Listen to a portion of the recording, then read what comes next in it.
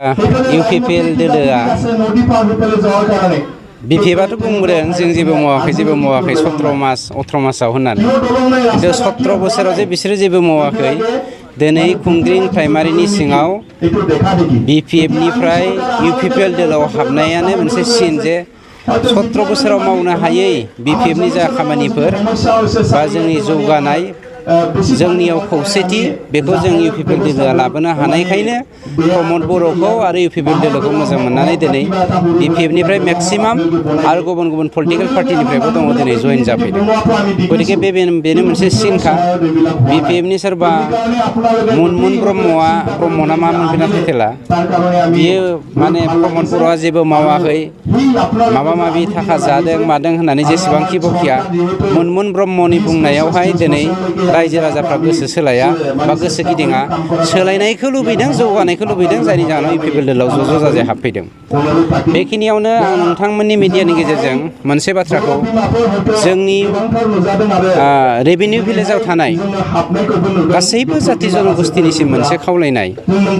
जोङो इउपिपिएल दोलोआ प्रमद बर' बिथांनि दैदेननायाव बिटिआर सरकारा फैगौ 15 अक्ट'निफ्राय 15 नभेम्बरसिम दान मोनसेनि थाखाय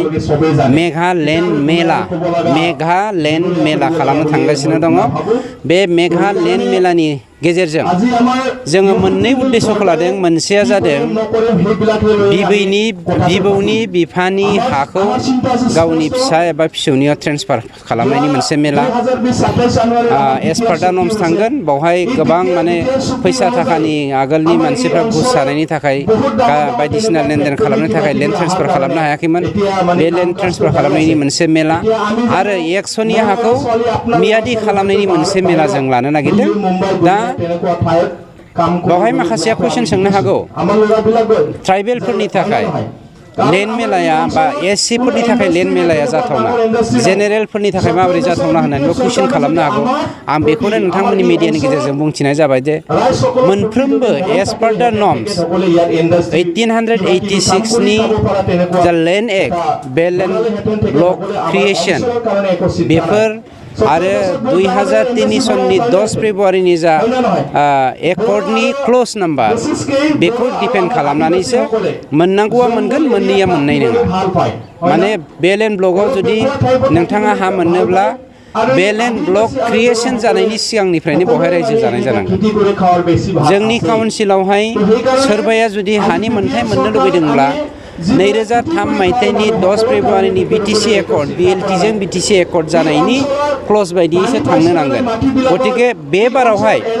मानसिफ्रा होनो प्रमद बर'आ हाखौ रावनोबो राननानै होआखै गुबुन जाथि जनगोष्ठीखौ हानि मोनथायनिफ्राय बन्सित खालामदों होननानै बेखौनो दिन्थिनो थाखाय जोंनि सरकारा मानाव गेदेर प्रमद बर' बिथांनि दैदेननायाव 15 अक्ट'बरनिफ्राय 15 अक्ट'बरनिफ्राय 16 नभेम्बरनि गेजेराव गासैबो 100नि हाखौ मियादि खालामनाय लेन्ड ट्रेन्सफार बेफोर खामानिखौ मावफुंनो थांगासिनो दङ जायहा बेफोरबायदि जेंनायाव गोग्लैनानै दङ बिथांमोनखौ 15 अक्ट'बरनिफ्राय 25 अक्ट'बरसिम 10 दिन फर्म साबमिट खालामनो थाखाय एप्लिकेसन साबमिट खालामनो थाखाय खावलायनाय जाबाय खिन्थु 25 अक्ट'बरनिफ्राय जोङो नाजावनाय नङा जोङो 10 दिनल' एप्लिकेसनखौ नाजावगोन बाखि 20 दिनखौ जोङो जोंनि अफिसियेल खामानिखौ मावनायाव दोनगोन मानि थाखाय इउपिपिएल दोलोआव फैनाय जाखो आंनि मुङा श्रीमती जबा नार्जारी आङो आवगोलाव बिपिएफआव 17 बोसोर थादोंमोन बे 17 बोसोर थानायनि गेजेराव आङो मोजां बिबानबो मोनाखै बिदिनो दैदेनगिरिफोरजों थाफाबाय थानाय जादों ओमफ्राय आङो बाहाय जेबो सुबिदा मोनाखै आं ओंखायनो सिगाङाव बबे राजखान्थि हान्जायाव थायोमोन आरो मा बिबान आङो सिगाङावबो बेयावनो बिपिएफआवनो थादोंमोन ओमफ्राय आङो मेम्बारबो मोनखायाखै ओरैनो बिदिनो माबा भाइस प्रेसिडेन्ट सेक्रेटारि वमेन्सनि मोनदों आरो 22सो मोनदों आरो